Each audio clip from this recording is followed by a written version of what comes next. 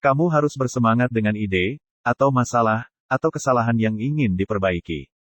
Jika kamu tidak cukup bersemangat sejak awal, kamu tidak akan pernah bertahan. Jika Anda melakukan sesuatu dan ternyata hasilnya bagus, maka Anda harus pergi melakukan sesuatu yang lain. Karena hampir semua hal, semua harapan, semua kebanggaan, semua ketakutan akan kegagalan, hal-hal ini akan menghilang seiring kematian, hanya menyisakan apa yang benar-benar penting. Mengingat-ingat bahwa aku akan segera mati, adalah hal terpenting yang aku pernah hadapi, untuk membantuku membuat pilihan besar dalam hidup. Kreativitas hanyalah menyambungkan sesuatu. Ketika kamu menanyakan orang-orang kreatif bagaimana mereka melakukan sesuatu, mereka merasakan sedikit bersalah karena mereka tidak benar-benar melakukannya, mereka hanya melihat sesuatu. Pendekatan ini tidak pernah mengecewakan saya, dan telah membuat semua perbedaan dalam hidup saya.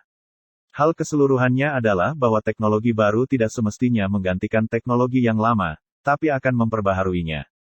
Jika saya mencoba yang terbaik dan gagal, setidaknya saya telah melakukan yang terbaik. Selama 33 tahun terakhir, aku selalu melihat ke cermin setiap pagi dan bertanya pada diri sendiri. Jika hari ini adalah hari terakhirku, apakah aku akan tetap melakukan apa yang aku rencanakan hari ini? Jika jawabannya tidak, beberapa hari berturut-turut, aku tahu aku harus mengubah sesuatu. Panutan saya untuk bisnis adalah The Beatles. Mereka saling mengimbangi satu sama lain. Beginilah cara saya memandang suatu bisnis. Bisnis yang hebat bukan dilakukan oleh satu orang, melainkan oleh tim. Anda tidak bisa menghubungkan titik demi titik ke depan. Anda hanya bisa menghubungkan titik-titik tersebut ke belakang. Jadi, Anda harus mempercayai bahwa titik-titik tersebut akan menghubungkan masa depan Anda. Anda harus mempercayai sesuatu, keberanian Anda, takdir, hidup, karma, apapun.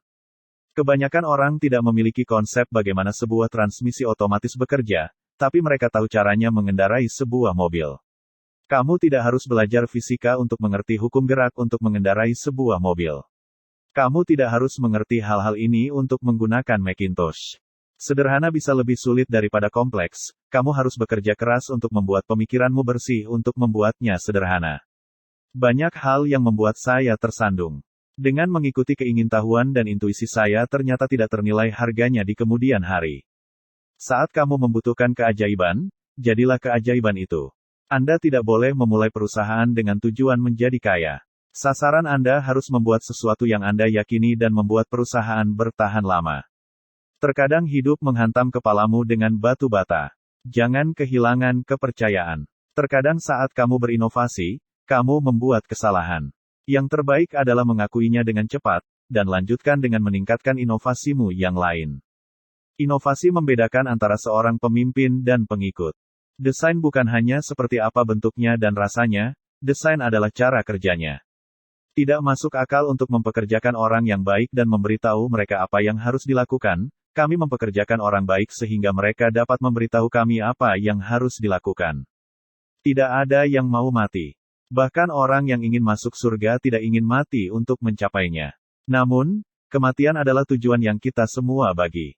Tidak ada yang bisa lolos. Dan memang begitulah seharusnya karena kematian kemungkinan besar adalah satu-satunya penemuan terbaik dalam hidup.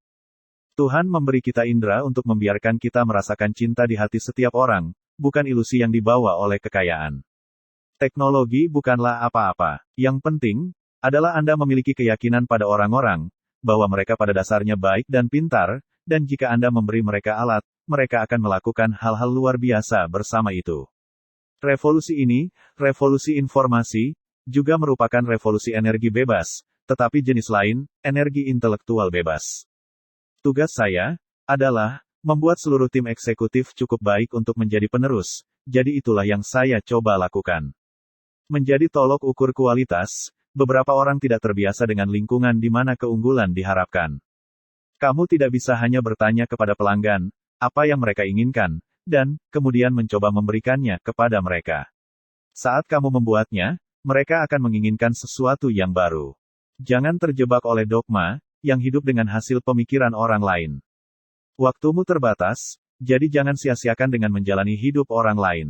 Aku yakin bahwa sekitar setengah dari apa yang membedakan pengusaha sukses dari yang tidak sukses adalah ketekunan murni.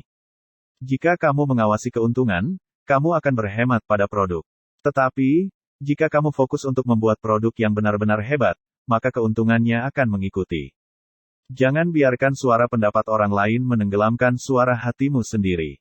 Hal terbesar adalah ketika kamu benar-benar mencurahkan hati dan jiwamu ke dalam sesuatu selama periode waktu yang lama, dan itu sangat berharga. Satu-satunya cara untuk melakukan pekerjaan hebat adalah dengan mencintai apa yang kamu lakukan. Kamu tahu siapa manajer terbaik? Mereka adalah kontributor individu yang hebat, yang tidak pernah ingin menjadi manajer, tetapi memutuskan bahwa mereka harus menjadi manajer karena tidak ada orang lain yang dapat melakukan pekerjaan sebaik mereka. Apa yang kita lakukan di sini akan mengirimkan riak raksasa ke seluruh alam semesta. Segalanya penting, kesuksesan ada pada detailnya. Kamu harus percaya pada sesuatu. Naluri, takdir, hidup, karma, apapun. Hal favorit saya dalam hidup tidak memerlukan biaya apapun. Sangat jelas bahwa sumber daya paling berharga yang kita semua miliki adalah waktu.